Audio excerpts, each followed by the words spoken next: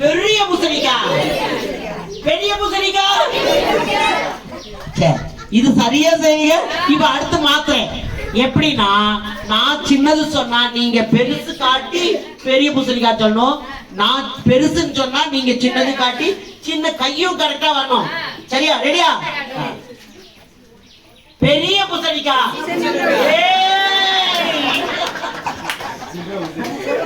நீங்க என்ன சொல்லணும்?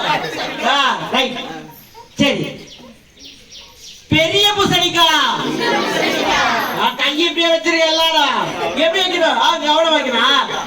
சின்ன பூசணிக்காய். பெரிய பூசணிக்காய். சின்ன பூசணிக்காய்.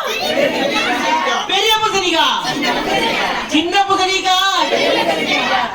ஒருத்தரெல்லாம் இப்படி வச்சு இங்கே அவங்க வீட்டு பூசணிக்கால இப்படி இவ்வளவுதான் வரும் போல. சின்னதும் இவ்வளவுதான், பெருசும் இவ்வளவுதான் போல. பெரிய பூசணிக்காய். சின்ன பூசணிக்காய். பெரிய பூசணிக்காய். பெரிய பூசணிக்காய்.